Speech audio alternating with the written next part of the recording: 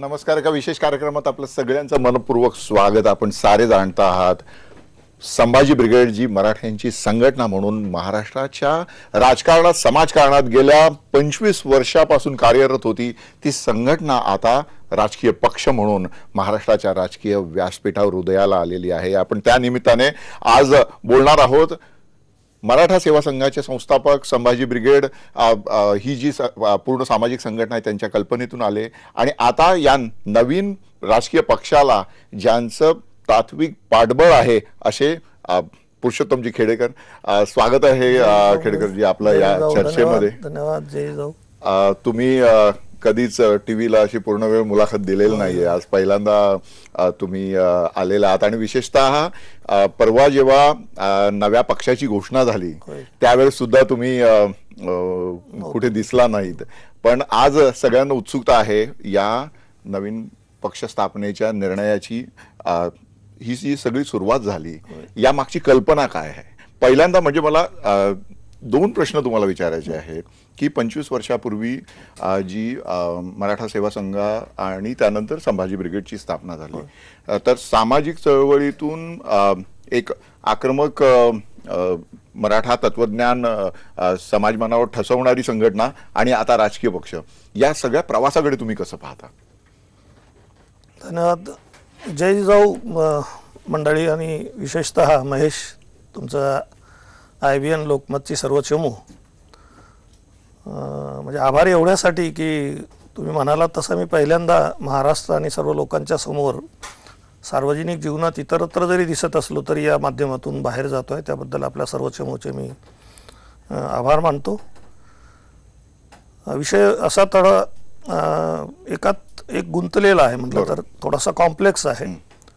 मराठा सेवा संघाची स्थापना करत असताना सामान्यपणे एक सामाजिक चळवळीची जी काही ध्येय धोरणं उद्दिष्ट असतात. मी ग्रामीण भागात जन्माला आलो, शेतकरी आई वडील.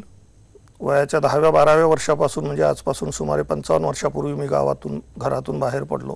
आपण बुलढाणा जिल्ह्यात अंतरी खेडेकर नावाचं माझं एक छोटंसं खेडं आहे आणि शिक्षणाच्या निमित्ताने मग वडिलांनी मला गावातून बाहेर काढलं, नागपुरापर्यंत गेलो. त्यावेळेस मी इंजिनियर झालो आणि विशेषतः नागपूरला असताना मला असं जाणवलं, तशी माझी घरची आर्थिक परिस्थिती चांगली होती, मी काही असं गरिबीत वगैरे काही राहिलेलो नाही.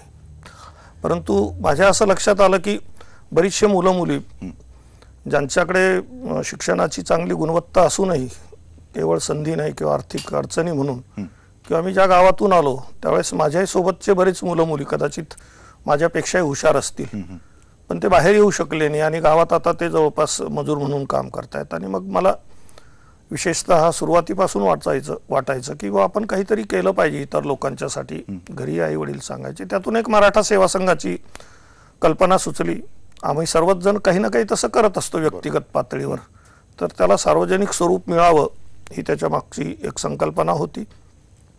म्हणून मराठा सेवा संघाची स्थापना केली. त्यामागची भावना ही होती की मराठा म्हणजे आज जो काही मराठा सर्वांच्या समोर आहे, एवढा मर्यादितही मराठा हा शब्द नव्हता. त्याची आम्ही व्याख्याही केलेली आहे आमच्या घटनेमध्ये सुद्धा, की मराठा, देशमुख, पाटील, कुणबी, आगरी, कोळी व भंडारी वगैरे हा जो काही वेगळा समाज आहे मराठा सदृश्य म्हणून ज्याला आपण ओळखतो, या सर्व लोकांनी एकत्र येणे. साधारणतः शेतकरी म्हटला तरी हरकत नाही, त्या पद्धतीने एक विषय होता. आणि त्यांच्या ज्या काही किमान गरजा आहेत त्याला आपण कुठेतरी एकत्रित येऊन, ज्यांचं बरं झालेलं आहे, जे उद्योग व्यवसाय नोकरी यामध्ये काही काम करतायत, ज्यांच्याकडे वेळ असेल पैसा असेल, अशा पद्धतीने त्याची सुरुवात झाली. आणि 10-12 वर्षे त्या पद्धतीने छोटं छोटं काही ना काही काम आम्ही करत राहतो. सुरुवातीलाच आम्ही 90 मध्ये स्थापना केल्यानंतर वेगळ्या वेगळ्या लोकांना जर एकत्र आणायचं असेल तर आपल्याजवळ तसे घटक असले पाहिजे, त्यांना संधी दिल्या गेली पाहिजे. म्हणून आम्ही पहिल्यांदाच 91 आणि 92च्या अधिवेशनामध्ये 17 कक्षांची आम्ही स्थापना केली किंवा जाहीर केलं. आणि पंचसूत्री म्हणून ज्याला म्हणतो आपण, राजकारणाचा विषय आहे म्हणून, की आज जर आपल्याला खरोखर काही करायचं असेल तर केवळ सेवा म्हणून आपण काही करू शकत नाही, तर समोरच्या लोकांनाही आपण प्रबळ करणे, बळ देणे हे खूप गरजेचं आहे. कारण की जगामध्ये असं कधी, जसं माओ त्से-तुंगचं एक तत्व आहे किंवा त्यांनी सतत सांगितलेलं आहे की तुम्हाला जर स्वतःला एक वेगळ्या पद्धतीने पुढे जायचं असेल तर तुम्हाला स्वतः सशक्त व्हायला पाहिजे. सतत दुर्बल असणाऱ्या लेकराला सुद्धा माय शेवटपर्यंत पोचू शकत नाही. आणि म्हणून आम्ही त्या अंगाने मुला मुलींना सांगण्याचा प्रयत्न केला. पंचसूत्री म्हणून आम्ही, तुम्हाला जर पुढे जायचं असेल तर शिक्षण खूप गरजेचं आहे, म्हणून प्रायोरिटी म्हणून आम्ही 5 सत्ता ठरवल्या: शिक्षण सत्ता, अर्थसत्ता, धर्मसत्ता, राजसत्ता आणि प्रचार प्रसार माध्यम सत्ता, जिथे आज आपण बसलेलो आहे. So media is the power. हिरोचा झिरो आणि झिरोचा हिरो करण्याची क्षमता आज आपल्याकडे आहे. आणि म्हणून ह्या 5ही सत्ता आपल्याला एकत्रितपणे चांगल्या पद्धतीने राबवता आल्या पाहिजे, तर आपण आपल्या म्हणा किंवा इतर कोणासाठी काही चांगलं करू शकू. ह्यातून राजसत्ता ही खूप गरजेची आहे. तर त्यामुळे आम्ही पुस्तिकाही काढली आणि अशी एक ती आज आणता आली नाही मला, एक पंचसूत्री म्हणून अशी पूर्ण मूठ 5 सत्तेची दाखवलेली आहे. त्यामुळे राजसत्तेची संकल्पना ही सुरुवातीपासूनच होती. फक्त ही राजसत्ता वेगवेगळ्या अंगाने काही करत असताना आपली वेगळी करता येईल का? कारण की मराठा सेवा संघाचे जे मूळ आम्ही सर्वजण आहोत, हे सर्व नोकरदार आहोत आम्ही, सभासद प्रामुख्याने जे आहोत त्याची बॉडी आहे ती. आणि म्हणून त्या क्षेत्रातल्या लोकांना काहीतरी सांगणे आणि त्यांच्याकडून जे काही आपले वेगवेगळे प्रश्न आहेत ते मार्गी लावणे, ह्याचा तो एक प्रयत्न होता. त्या अंगाने जे आमचे परिचित असतील अशा मुला मुलींना आम्ही अनेकदा, की तुम्ही कुठेही जा, कुठल्याही पक्षात जा, आज आपला स्वतःचा मालकीचा पक्ष जरी नसला तरी तुम्ही कुठून जरी निवडून आलात तरी आपले जे प्रश्न आहेत, आपल्या ज्या समस्या आहेत त्या तुम्ही मांडू शकता तिथे. थोडा मी तुम्हाला इंटरप्ट करतो. संभाजी ब्रिगेड मध्ये ज्यांनी काम केलं आणि दुसऱ्या पक्षात जाऊन आमदार झाले असे पण काही लोक आहेत. होय आहेत आणि ते होत राहणार आहे. याशिवाय असं आहे की इतके वर्ष काम केल्यानंतर जे मुलं मुली असतात, शेवटी केवळ समाजकार्य करत असताना आम्ही किती वर्ष सतरंज्या उचलायच्या हा एक त्यांच्या मनामध्ये भाग येतो. तसं आपल्याबरोबर असणारे जे मुलं मुली होते ते बाहेर पडले आणि कुठे आमदार झालेत, खासदार झाले, मंत्री झाले, जिल्हा परिषद अध्यक्ष झाले, हे सुद्धा त्यांना कुठे ना कुठेतरी एक दिसत असतं. आणि नॅचरली त्यांच्या मनामध्ये सुद्धा आपण काहीतरी राजकारणामध्ये जाऊन आपले स्वतःचं काही दाखवावं हा एक प्रयत्न केला. आणि म्हणून मी सुरुवातीपासूनच अनेक मुला मुलींना सांगितलं की आपला एक वेगळा पक्ष कधी सुरू होईल सांगता येत नाही, पण तरी आम्ही 95 मध्ये शिवराज्य पार्टी नावाचा एक पक्ष नियमित काढून त्याचा स्थापना सुद्धा केली आणि रजिस्ट्रेशन वगैरे करून त्याचे प्रयत्न सुद्धा केले. दुर्दैवाने 2014 पर्यंतही आम्हाला त्यामध्ये काही विशेष यश आलं नाही. तो कसा अनुभव होता तुमचा? शिवराज्याच्या निमित्ताने तुम्ही या सत्तेच्या राजकारणात उतरण्याचा प्रयत्न केला होता, परंतु तुम्हीच आता म्हणालात की त्याला म्हणावं तसं यश नाही मिळालं, पण तो पहिला अनुभव होता तुमचा. होय, म्हणजे एक स्वतःचा पक्ष असावा ही कल्पना होती, पण त्याच वेळी ज्यांना शक्य असेल त्यांनी वेगळ्या वेगळ्या पक्षामध्ये जावं. आता आपण म्हणालात की संभाजी ब्रिगेडमध्ये काम केल्यानंतर किंवा मराठा सेवा संघाच्या या विचारसरणीमध्ये रुजल्यानंतर बाहेर गेल्यानंतर काय होतं, तर थोडीशी सर्वच राजकीय पक्षांची काम करण्याची पद्धत, विचारधारा किंवा त्यांच्या ज्या काही बाबी आहेत त्या समाजात कार्य करणाऱ्या व्यक्तींच्या ज्या विचारधारा असतात त्या त्यांनाही मान्य असतात, कल्पना असते त्यांना, परंतु बऱ्याचदा समाज कार्य करणाऱ्या मुला मुलींची एक बोलण्याची जी धार असते, म्हणजे त्यांना जे म्हणायचं असतं ते त्यांनाही म्हणायचं असतं राजकीय पक्षांना, परंतु हे असं होतं की बऱ्याचदा अगदी एक घाव दोन तुकडे अशा पद्धतीची मांडणी असते आणि त्यामुळे थोडासा त्रास होतो. आणि तसं जरी नाही केलं तरी बऱ्याचदा सतत ते मांडून ते करत, म्हणजे अगदी उघड सांगायचं म्हणजे पहिला प्रयोग माझी बायको रेखाताई खेडेकरांनाच आम्ही पहिल्यांदा संधी दिली. त्या भाजपमधून निवडून आल्या, 15 वर्ष आमदारही राहिल्या, परंतु त्या ज्या पक्षामध्ये होत्या भाजपमध्ये त्यांचे जे RSSचे समजा आज संबंध आहेत त्यांच्या हितसंबंधांना कुठेतरी यांच्या संपूर्ण कार्यक्रमामुळे, कार्यामुळे, विचारसरणीमुळे बाधा यायला लागली. तर अनायसे मग त्यांना ते शेवटी तिथून सोडावं लागलं किंवा त्यांनी त्यांना पुढे संधी दिली नाही. ही थोड्याशा अडी अडचणी येतात, त्यामुळे बाहेर गेल्यानंतर ह्या सगळ्या ऍडजस्टमेंट करावं लागतं. माझ्या मनात तो प्रश्न होताच तुम्हाला विचारावा, कारण 90 पासून जेव्हा तुम्ही सक्रियपणे संभाजी ब्रिगेड, मराठा सेवा संघ महाराष्ट्राच्या वेगवेगळ्या गावांमध्ये पोचवायला लागलात, त्यावेळेस तुमची जी भाषणाची पद्धत होती ती अत्यंत आक्रमक होती आणि त्यातला जो म्हणजे बहुजन अभिमान आणि ब्राह्मण द्वेष तो प्रचंड टोकाचा होता. आणि एकीकडे रेखाताई भाजपच्या आमदार म्हणून विधिमंडळावर बसायच्या, तर ते बॅलन्स तुम्ही कसं काय साधत होतात?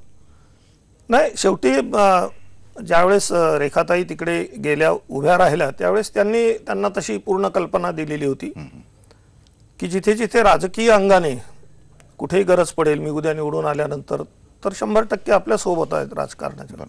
पण जेव्हा काही सामाजिक विषयावर कदाचित काही निर्णय घ्यायची वेळ येईल आणि तो जर मला अडचणीचा वाटला तर कदाचित मी त्यावेळेस आपल्या सोबत असणार नाही. हा एक भाग आहे. आणि दुसरं असं की मी प्रथम मराठा सेवा संघाची एक सभासद आहे आणि मी शेवटपर्यंत तिथे सभासद राहील. वेगळे वेगळे विषय निघायचे, वाद तिकडे व्हायचे, परंतु तसं बहुतेक लोकांनी त्यांना असं कधी तिकडे काय चाललंय मराठा सेवा संघात किंवा आमच्या विरोधात तिकडे चालतं तुम्ही काय असता, तर परंतु त्यांनी जे काही म्हणजे RSSची आणि भाजपची शिस्त असेल त्या चौकटीमध्ये त्या राहिल्या. किंवा ठीक आहे जिथे काही अडचण येईल आणि उघडपणे बोलून वगैरे सगळं सांगितल्यानंतर, आणि कधी विषय जरी निघाला किंवा असं असं आहे काही लोकांनी खोडसाळपणे काही केलं किंवा एखाद्या वेळेस एखाद्या खाजगी चर्चेमध्ये विषय निघाला तर त्यांनी सांगितलं की पुरुषोत्तम खेडेकर हे माझे पती आहेत आणि तुम्ही सर्वजण हिंदुत्व आणि हिंदू याला मानता, त्यामुळे पती हा परमेश्वर असतो, त्यामुळे पतीचा शब्द माझ्यासाठी अंतिम आहे. किंवा तुम्ही नाही सांगा किंवा ते करायचं, मग असं काय होईल. आणि अशा पद्धतीने त्यांनी अत्यंत स्ट्रॅटेजिकली ते सांभाळून नेलं. आणि त्याच वेळेस मराठा सेवा संघाच्या ज्या काही मागण्या होत्या त्यासाठी त्यांनी हातभार लावला. यातून मग आमच्या असं लक्षात आलं की ठीक आहे, आज हे आपल्याला इकडे किती दिवस होईल काय सांगता येत नाही. शिवराज्य पार्टीला जमेल तसं बळ द्यायचा प्रयत्न केला, परंतु त्याला यश आलं नाही. त्याला काही कारण अनेक असू शकतील. आज स्पर्धेत जी काही वेगळी वेगळी बाबी आहेत किंवा सर्व वैचारिक पातळीवर सामाजिक पातळीवर समाज स्वीकारत नाही. कारण की गेल्या 25 वर्षामध्ये आम्ही राजकारणामध्ये आला आणि राजकारणाचा एक ट्रेंड बदलला. असं आपण दोषी आहोत किंवा त्यांना दोष द्यायचा अशातला भाग नाही, पण आपल्याला यश आलं नाही. आणि मग संभाजी ब्रिगेडच्या बद्दल लोकांच्या मनामध्ये एक थोडीशी एक वेगळ्या पद्धतीची भावना आहे, संमिश्र आहे. काही लोकांना खूप आवडतं सुद्धा, काही होतं.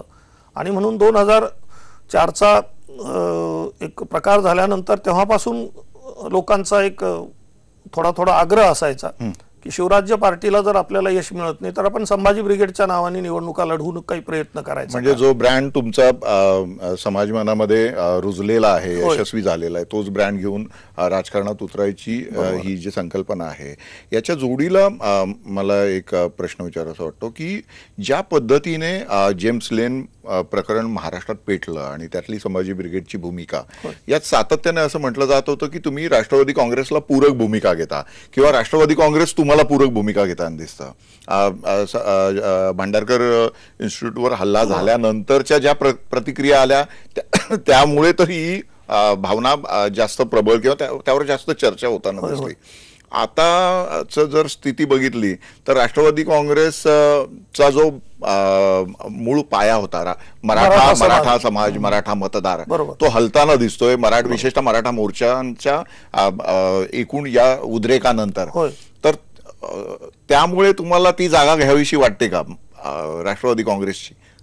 नाही, कसं होतं की मुळात मराठा सेवा संघ म्हणून सुद्धा, संभाजी ब्रिगेड म्हणून सुद्धा किंवा आमचे जे काही 33 कक्ष आहेत यांचा आणि कोणाचाही तसा राजकीय किंवा इतर कुठल्याही प्रकारचा राष्ट्रवादी काँग्रेस पक्षाशी असा काही संबंध नाही. परंतु ओळखी, संबंध, येणं जाणं, ह्या सर्व आज राजकारणामध्ये जेवढे राजकीय पक्ष आहेत, अपक्षापासून RPI पासून ते सर्व, या सर्व लोकांशी सर्वच मुलामुलींच्या माझ्यासह सर्वांच्या ओळखी आहेत, संबंध आहेत. आता नेमकं होत कसं गेलं की जेव्हा एखादा काहीतरी चांगलं कुठेतरी काम होतं तर त्याचा फायदा हा कोणाला तरी मिळणारच आहे. तो फायदा जेव्हा आमच्या पदरात पडू शकला नाही तर तो त्यांच्या पदरात पाडून घेण्यात राष्ट्रवादी काँग्रेसला यश मिळालेलं आहे, हे आपल्याला नाकारता येत नाही. परंतु कारण 2004 आणि 2009च्या निवडणुका ज्या पद्धतीने या विषयावर लढल्या गेल्या, काँग्रेस आणि राष्ट्रवादी दोन्ही पक्षांना त्याचा पुरेपूर फायदा, सरकारच आलं त्यांचं. म्हणजे 2004 आणि 2009च्या आपण पाठीमागे जाऊन थोडंसं, आता तुम्ही त्या क्षेत्रातले आहात, जर थोडाफार प्रचाराचा भाग घेतला आपण तर जेम्स लेनचं प्रकरण जर घडलं नसतं, भांडारकरचा विषय निघाला नसता तर 2004 आणि 2009 मध्ये महाराष्ट्रामध्ये काँग्रेस आणि राष्ट्रवादीचं सरकार आलं नसतं. म्हणजे काँग्रेस आणि राष्ट्रवादीचं सरकार यायला संभाजी ब्रिगेडची ही कृती कारणीभूत आहे. परंतु या पक्षांनी जे काही घडलं, भंडारकर प्रकरणामध्ये 72 मुलं जे काही जेलमध्ये गेले, आजही त्यांच्यावर केसेस चालू आहे. कधी कोणाची साधी चौकशी केली नाही, कधी आम्हाला कोणाला एकत्र बसून विश्वासात घेतलं नाही, काय झालं काय नाही. त्यांची कदाचित एक आतून म्हणा किंवा काही आमच्याबद्दल सहानुभूती असू शकेल, सर्वांची असेल, सर्वच बहुजन समाजातल्या जवळपास सर्व लोकांची होती. पण सत्तेत आल्यानंतर त्यांनी तसं काही कोणाचा म्हणजे कुठल्याही पद्धतीचा काही, आम्ही किमान ते आमचे मिंदे आहेत, आम्ही कोणाचे मिंदे नाहीत, हे जाहीरपणे मी आज इथे सांगतो. त्यामुळे तसा काही फायदा नाही. आता त्यांचे मतं वळली की नाही वळली हा एक वेगळा भाग आहे. परंतु आता नगरपालिकाच्या ज्या काही निवडणुका झालेल्या नुकत्याच दिसतात, त्यामुळे मराठा क्रांती मोर्चांचा झालाच असेल तर भाजप आणि शिवसेनेला जास्त फायदा झाला, हे आपण मान्य केलं. आपण मागच्या लोकसभा आणि विधानसभा निवडणुकीच्या मतदानाची आकडेवारी जरी बघितली आणि त्यातलं मतांचं प्रमाण, विशेषतः मराठा मतं ही 10 मधली 6 मतं शिवसेना आणि भाजपकडे आलेली होती. तर त्यामुळे तो तसा परिणाम या निवडणुकांमध्ये सुद्धा झाला असं आपल्याला म्हणायचं आहे का? शिवसेना आणि भाजपकडेच मराठा मतं वळलेली आहेत तसं दिसतंय. तर त्याची कारणं काय वेगळी असू शकतात. ती त्यांच्यातली स्पेस आता रिकामी झाली आणि ती आम्ही भरून काढतोय, अशातला भाग नाही. आम्ही जसं सांगितलं की मोर्चेचा हा प्रश्न आपला 9 ऑगस्ट पासून आलेला आहे. बरोबर. परंतु मराठा सेवा संघ म्हणा किंवा संभाजी ब्रिगेडचा आणि राजकारणाचा संबंध हा सुरुवातीपासूनचा आहे. आणि संभाजी ब्रिगेडने राजकारणामध्ये यावं ही कल्पना आमच्याकडे 2009 पासून 2014 मध्ये सुद्धा शिवराज्य की संभाजी ब्रिगेड याबद्दल आमच्याकडे बऱ्यापैकी चर्चा झालेली होती. परंतु योग्य त्या पद्धतीची काही संसाधनं जुळलेली नसल्यामुळे आजही ती जुळली तशातला काही भाग नाही आहे. पण शेवटी वाट किती वर्ष बघायची, जसं मुलाचं केव्हा तरी एकदा 25शीत गेल्यानंतर लग्न करणं गरजेचं आहे. 25 आता तुम्हाला पण लागलेली 25 पार झालेली असल्यामुळे आणि तरुण मुलं आहेत, त्यांचाही खूप आग्रह आहे की एकदा काय असेल ते आम्ही आमचं करतो, हे ते म्हणालेले आहेत. आणि माझा स्वतःचा एक विषय आहे, तुम्ही मग जे म्हणाला, किंवा माझा एक स्वभाव आहे की बैलगाडी ही बैलांनी ओढली पाहिजे आणि धुरकऱ्यांनी चालवली पाहिजे. त्यामुळे मला बैल होण्यात इंटरेस्ट नाही. त्यामुळे मुलं आले, त्यांनी पक्षाची घोषणा केली, पुढे त्यांचा मुख्यमंत्री प्रधानमंत्री होईल याची मला अपेक्षा आहे आणि ते व्हावं एवढंच मी एक आपल्या या माध्यमातून या जनतेपर्यंत पोहोचू इच्छितो आणि त्यांनी सर्वांना त्यांना आशीर्वाद द्यावा. या नवीन पक्षाच्या माध्यमातून सत्ता हस्तगत करण्याची अभिलाषा तुम्ही आता व्यक्त केलेली आहे. मराठा हा कायम सत्ताकांक्षी राहिलेला वर्ग आहे. महाराष्ट्रामधलं सगळं जे राजकारण आहे हे मराठा या नावाभोवती कायम म्हणजे गेल्या अनेक शतकांपासून फिरताना आपल्याला दिसतं. तर आता संभाजी ब्रिगेड जी सामाजिक चळवळीमध्ये आक्रमक होती ती राजकारणात सुद्धा अशीच आक्रमक राहील का?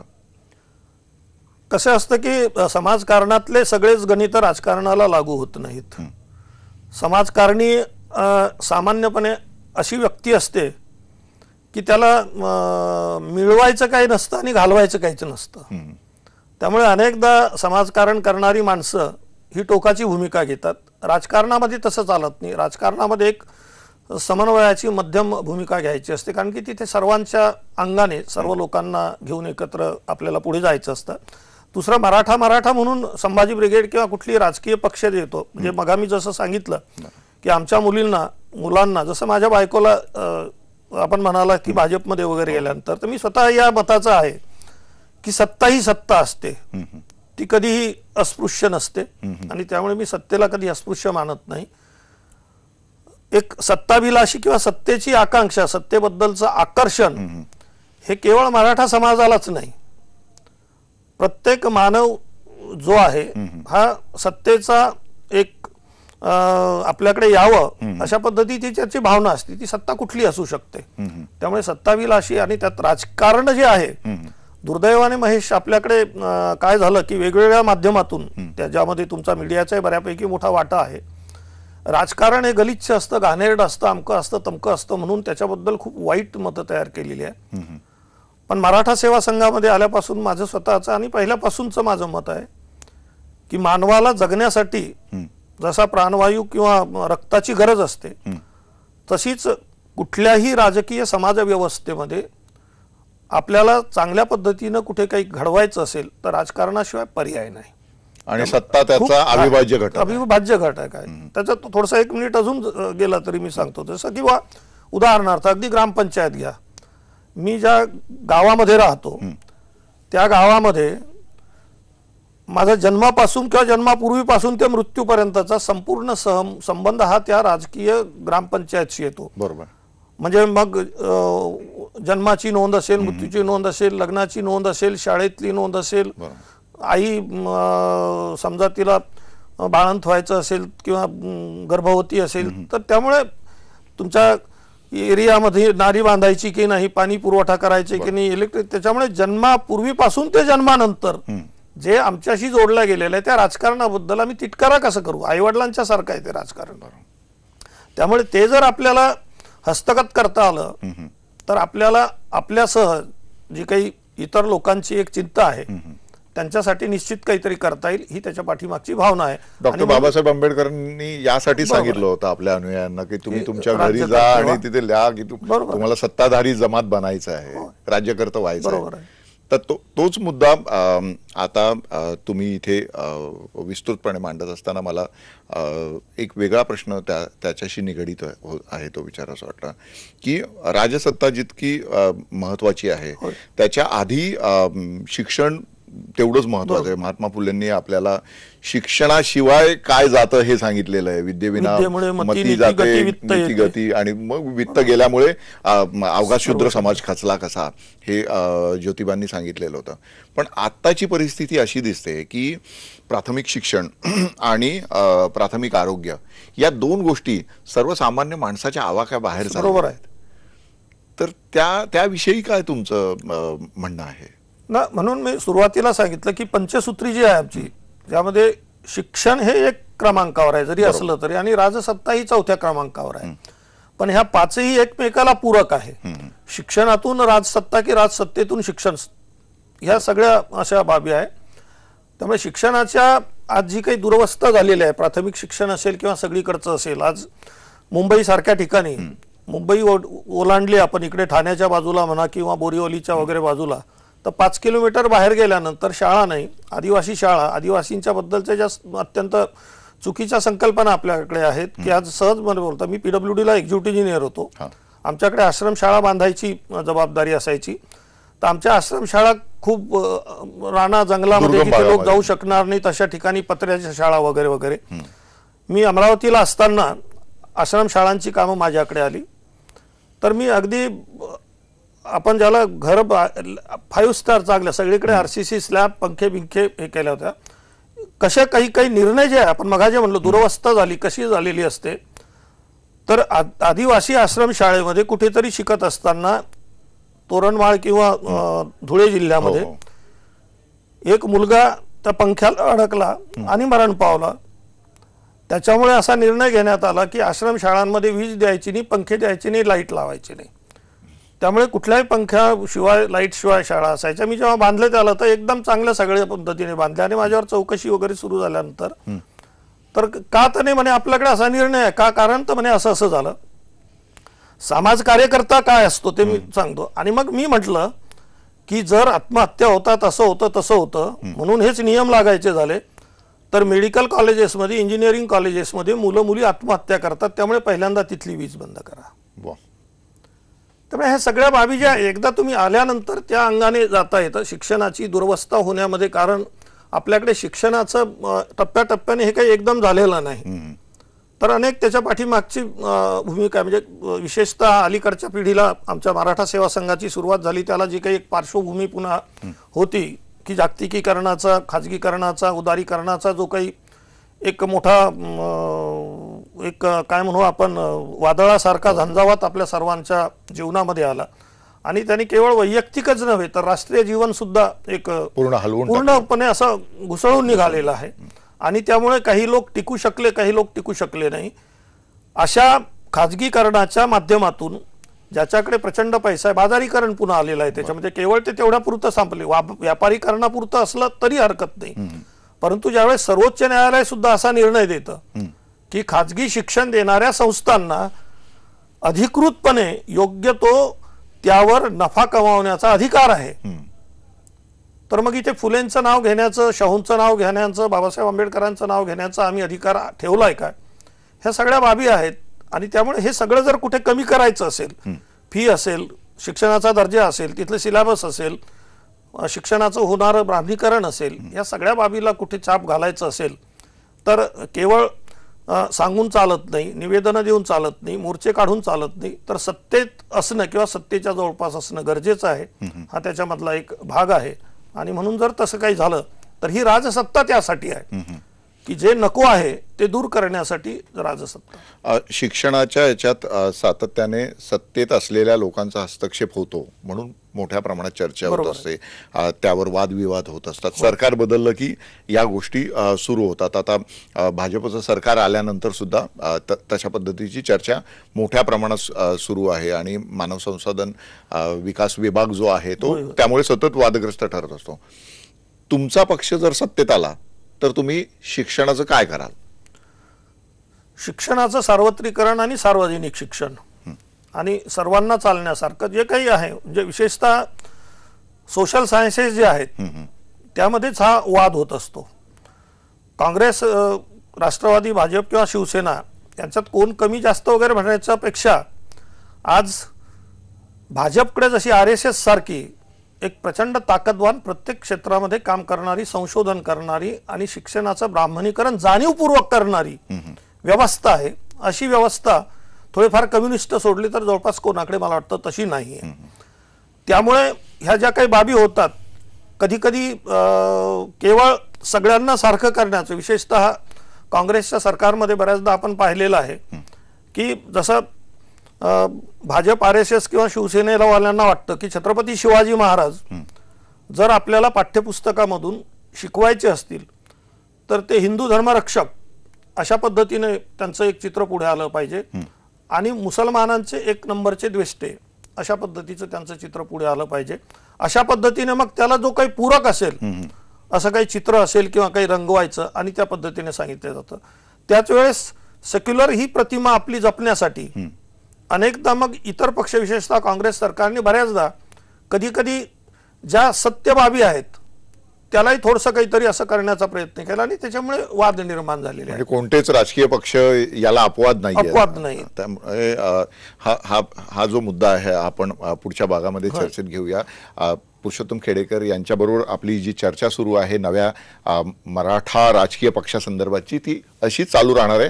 पुन्हा एकदा भेटूया एका छोट्याशा ब्रेक नंतर.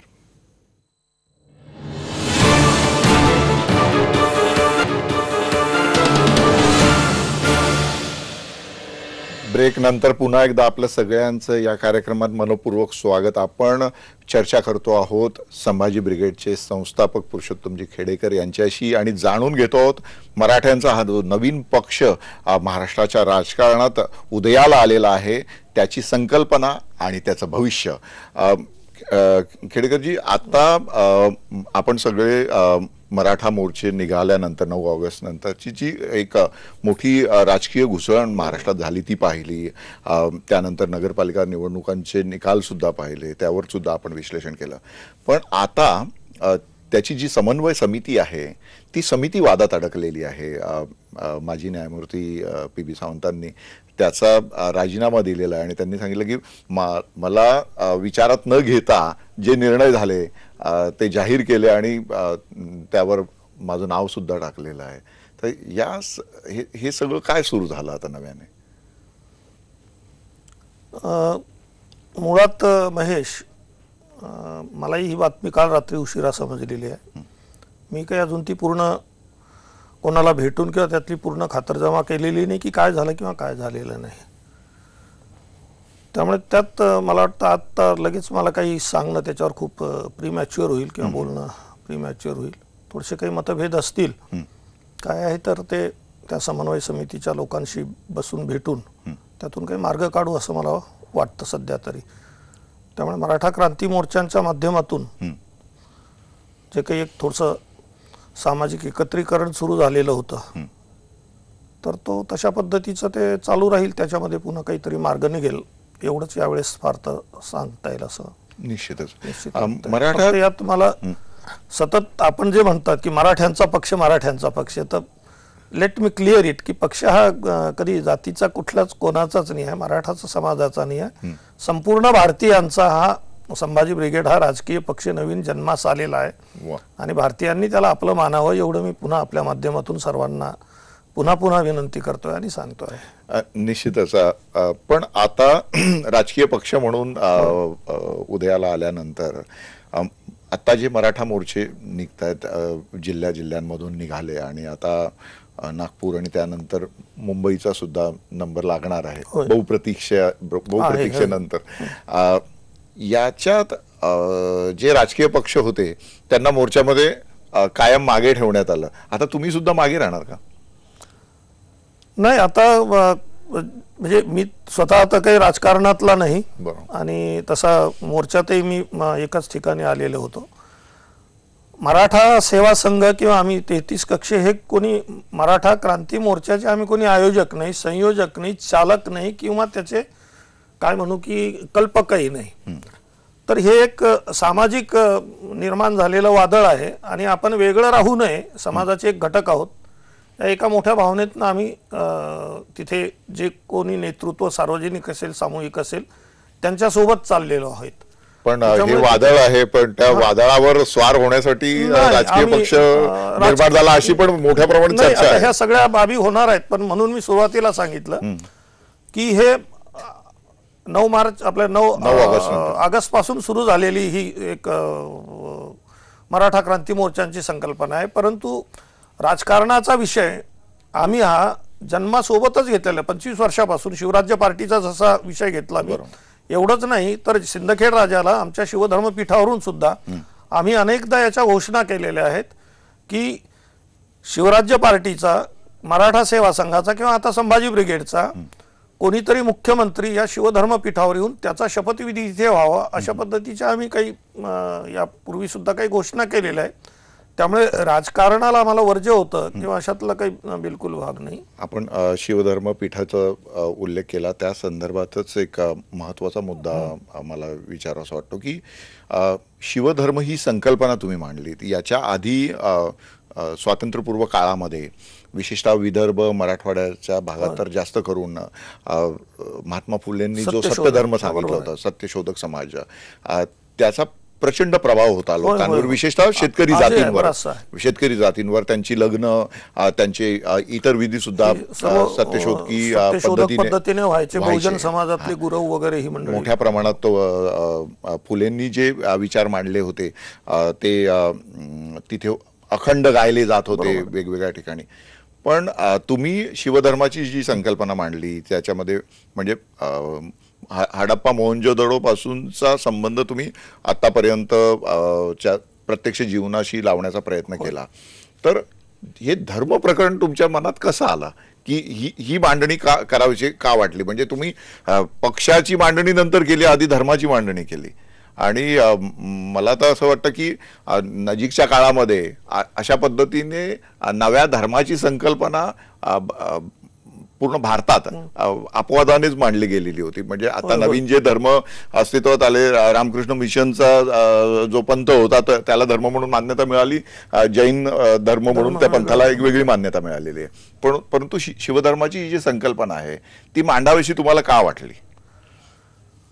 पुन्हा हा विषय खूप मोठा आहे, परंतु साधारण आपण अगदी 2,500-3 हजार वर्षातला जरी संपूर्ण सामाजिक, राजकीय किंवा धार्मिक इतिहास बघितला तर विशेषतः समाज सुधारकांची, म्हणजे बुद्ध किंवा जैन हेच तसे समाज सुधारक, समाजामध्ये किंवा चार्वाकाचा विषय आपण घेतला तर जे काही आपल्या हातून चुकीचं घडतं ते घडू नये, समाज एक चांगल्या पद्धतीने विज्ञानवादी आणि एक ज्याला आपण लॉजिकली तार्किक अंगाने सुद्धा सगळ्या बाबी पटल्या पाहिजे, विवेक त्याचा जागा असला पाहिजे सांगत असतो. तर ही सगळी माणसं अशी अतार्किक, अवैज्ञानिक, अविवेकी का वागतात ह्याचा जर आपण पूर्णपणे शोध घेतला तर समाजातल्या सुधारणा ह्या जर करायच्या असतील आपल्याला तर ह्याची मूळ कारणं जी आहेत ती मूळ आहेत ती धर्मात आहेत. त्यामुळे सर्व धर्मसुधारणा किंवा धर्मातले जे जे काही चुकीचं असेल, वाईट असेल, कालबाह्य झालेलं असेल, ते काढून टाकलं पाहिजे. ते काढून टाकण्याचे अधिकार आज तरी भारतामध्ये चार्वाकापासून आजपर्यंत कुठल्याही पुरुषोत्तम खेडेकरला मिळालेले नाही. तिथले जे कोणी शंकराचार्य किंवा धर्माचे धर्माधिकारी आहेत ते त्यामध्ये बदल करण्यास तयार नाही. आणि मग नेहमी जे होतं की एकाच घरात राहून रोजचे वाद निर्माण केल्यापेक्षा आपलं एक छोटंसं घर वेगळं तयार करावं. हे घर आहे त्याच मूळ पायावर आधारित आहे. मूळची या देशातली जी धर्मसंकल्पना आहे, शिव शिव म्हणजे काय आहे, जसं आपण मोहिंजोदारो हडप्पा वगैरेचा उल्लेख केला किंवा तत्पूर्वी कालखंडापासूनही जी एक कृषी संस्कृती आहे, शिवाचा जो आपण सातत्याने उल्लेख करतो, आणि म्हणून शिवा टू शिवा, दॅट शिव पार्वती, ते आता छत्रपती शिवाजी महाराज इथपर्यंत आपल्याला एक जी काही अगदी मधली जी काही थोडीशी खंडित झालेली किंवा थोडीशी आता अस्पष्ट झालेली साखळी आहे, ती मग चार्वाकाची असेल, जैनांची असेल, बुद्धाची असेल, ते अलीकडच्या काळापर्यंत अगदी महात्मा फुले पासून गाडगे महाराज, तुकडोजी महाराज इथपर्यंत आपल्याला कशी तरी एक जर आपण पाहिली तर आपल्या लक्षात येतं की ही एकच साखळी आणि या सगळ्यांना तेच करायचं. बांधणारा दुवा सकल मानव समाजाचा सकल मानव विकास म्हणून मानवतेला. म्हणून त्यामुळे आपल्याला जर अगोदर हे सगळं करायचं असेल तर आपल्याला ह्या धर्मातल्या ज्या काही बाबी आहेत ह्या नाकारून एक आपल्याला चांगली एक संकल्पना लोकांना दिली पाहिजे. उदाहरण साधा अगदी विधवा विवाह कुठलाही धर्म मान्य करायला तयार नाही, स्त्रियांचे अधिकार कोणी मान्य करायला तयार नाही. आणि म्हणून अधिकृतपणे मी खात्रीपूर्वक सांगतो, सध्या तरी उपलब्ध असणाऱ्या सर्व धर्मांमध्ये शिवधर्म हा एकमेव धर्म आहे की ज्याचं प्रेरणास्थान स्त्री आहे. जिजाऊंचा आम्ही केला, आणि जिजाऊ हे छत्रपती शिवाजी महाराजांची आई म्हणून त्यांचं कार्य मोठं आहे, त्याच्याबद्दल काही दुमत असण्याचं काही कारण नाही. मला एक सर्व स्त्रियांचं प्रतिनिधित्व करते. मला एक उत्सुकता आहे, जिजाऊंचं तसं चित्र उपलब्ध नाही आहे, तर हे संकल्पचित्र तुम्ही कसं तयार केलं? हे साधारण जिजाऊचं एखादं चित्र असावं याच्याबद्दल सातत्याने प्रयत्न करत होतो आम्ही. युती सरकार असताना प्राचार्य मनोहर जोशी सर त्यावेळेस मुख्यमंत्री होते, त्यांच्याकडे बऱ्याचदा आम्ही गेलो. मग ते म्हणाले चित्र आम्ही असं असं करतोय, बनवायला दिलं, कोणाला सांगितलं. मग आम्ही वेगवेगळ्या पद्धतीने काही चित्र काढले. ते चित्र मान्यतेसाठी त्यावेळेस बाबासाहेब पुरंदरेंकडे दिलं म्हणून यांनी सांगितलं. मग आम्ही बराचसा पाठपुरावा केल्यानंतर ते मला म्हणाले की जिजाऊच्या हाती आणि तलवारीचा काय संबंध आहे. म्हटलं आता जिजाऊ हाती जर तलवार नसेल तर मग अवघड आहे. मग आम्ही पुन्हा बसून चांगल्या पद्धतीचे हे चित्र काढून घेतलं आणि मग हे चित्र मंत्रालयामध्ये सगळीकडे लावलं, विधिमंडळामध्ये सुद्धा ते आले आणि तेव्हापासून ते जिजाऊचं चित्र आलं. त्याच्यातून ही संकल्पना, बाकी विशेष असं काही हे नव्हतं. आणि सामान्यपणे आजच्या स्त्रीला आपण त्याच्यामध्ये असलो पाहिजे, आपलं प्रतिनिधित्व त्याच्यामध्ये दिसलं पाहिजे किंवा आलं पाहिजे. आता आपण जे चित्र दाखवतो आहोत, अहिल्यादेवींचं सुद्धा आतापर्यंतची जी आपल्याकडे चित्र आहेत ते आणि हे चित्र, यामध्ये आपल्याला एक वेगळा फरक दिसेल. आमच्या नागपूरच्या कलाकारांनी काढलं, साधारणतः अहिल्यादेवींचं शिवलिंग हातात घेतलेलं चित्र वगैरे तर ते आहेच ना. परंतु त्या चित्राच्या माध्यमातून स्त्रियांना पुन्हा एक असं काहीतरी, तुम्ही फक्त धर्म बिर्म तेवढं त्याच्यापुरतंच काहीतरी मर्यादित असं वाटतं. म्हणजे त्याच्यातून एक जो काही चांगला एक वेगळा असा संदेश जाणं गरजेचं आहे, तो थोडासा जरा धुसर होतो असं वाटतं आम्हाला. नाही, एकूणच म्हणजे धर्मपीठाची ही जी संकल्पना, शिवधर्माची संकल्पना जेव्हा तुम्ही मांडली त्यावेळेस आह साळुंके तुमच्या बरोबर होते. पूर्ण मराठा सेवा संघाच्या आणि संभाजी ब्रिगेडच्या याच्यात प्रवीण गायकवाड, श्रीमंत कोकाटे हे सगळे, पण आता या नवीन पक्षाच्या याच्यात ते कुठे दिसत नाहीत.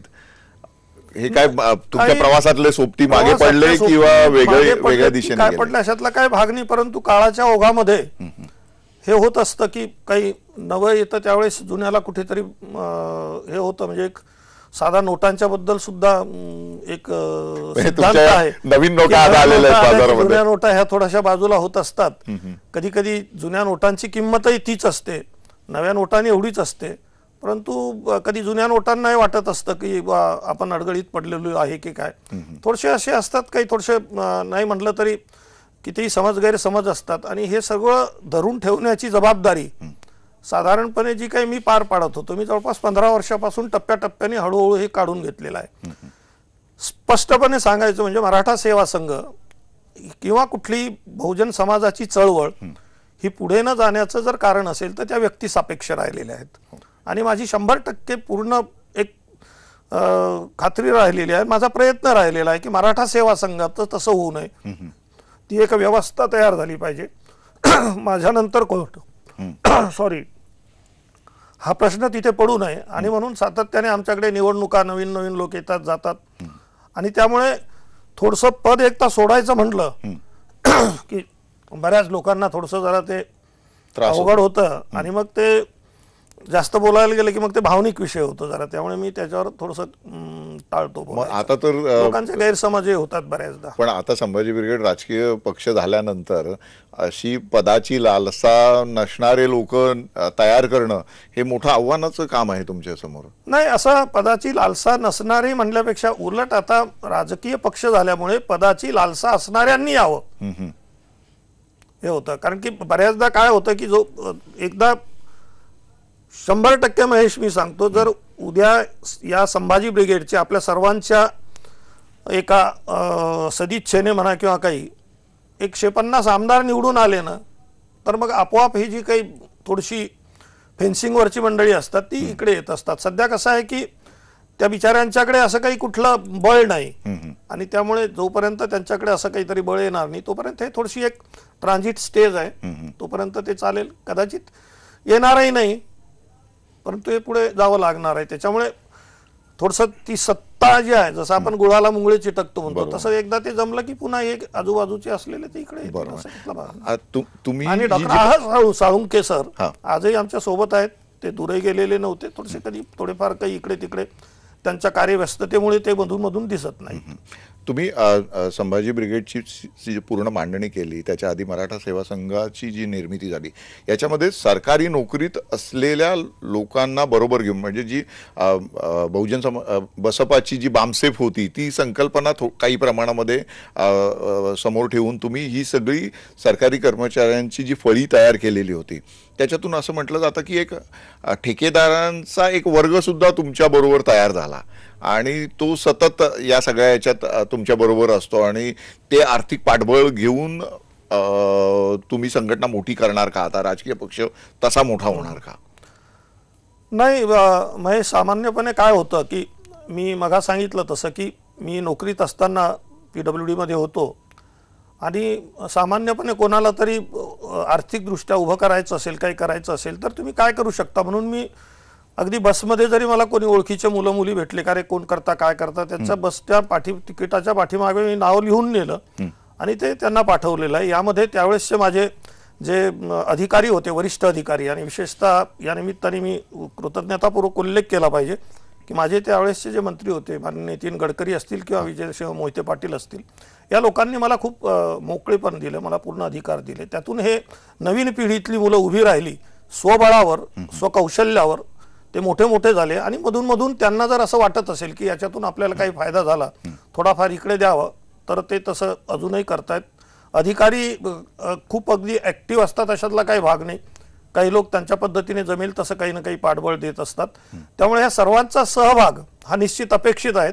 त्यांनी यावं, त्यांना जमलं नाही तर त्यांनी जवळपासचे कोणी विश्वासातले मुलं मुली, आई वडील यांना पाठवावं आणि राजकीयदृष्ट्या किंवा सामाजिकदृष्ट्या त्यांचा सहभाग द्यावा. त्याच्याशिवाय आपण पुढे जाऊ शकणार नाही, ही माझी कल्पना आहे. आता ज्या पद्धतीने या निवडणुकांमध्ये आपण पाहिलं की नगरपालिकांच्या निवडणुकात भाजपला प्रचंड फायदा झाला. पहिल्या क्रमांकावर जो राष्ट्रवादी पक्ष होता नगरसेवकांच्या बाबतीत, तो 4थ्या क्रमांकावर आलेला दिसतो. शिवसेनेला सुद्धा जितक्या प्रमाणात अपेक्षित होता तेवढा लाभ झाला नाही, पण लाभ झाला. आता मराठा मोर्चांनी जर